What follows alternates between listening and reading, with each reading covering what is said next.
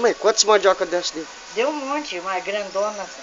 Sim, é essa só. Os outros tudo desse tamanho. Tamanho? Ai, mãe, segura a mandioca aí. Quer que eu segure? Não, deixa eu pentear o cabelo. Ah, tô filmando. Não, mas eu tô sem de inventar. Tem problema, segura a mandioca aí.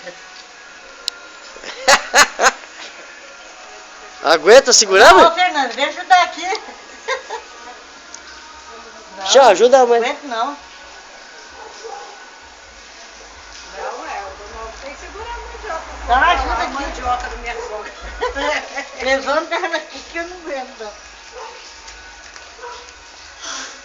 Caramba. Inventa a mandioca do novo. Segura aí, Dana. Olha o tamanho. É, deixa que eu seguro agora. Vai, inventa ela. Você viu o tamanho dessa mandioca? Tá quantos quilos de mandioca aí? Não sei. Isso aí dá uns 3 quilos. 3? Ou mais. 3 quilos ou mais. 6 quilos. Eu aqui, você quer levar para sua irmã? Olha o tamanho. Ah, eu levo.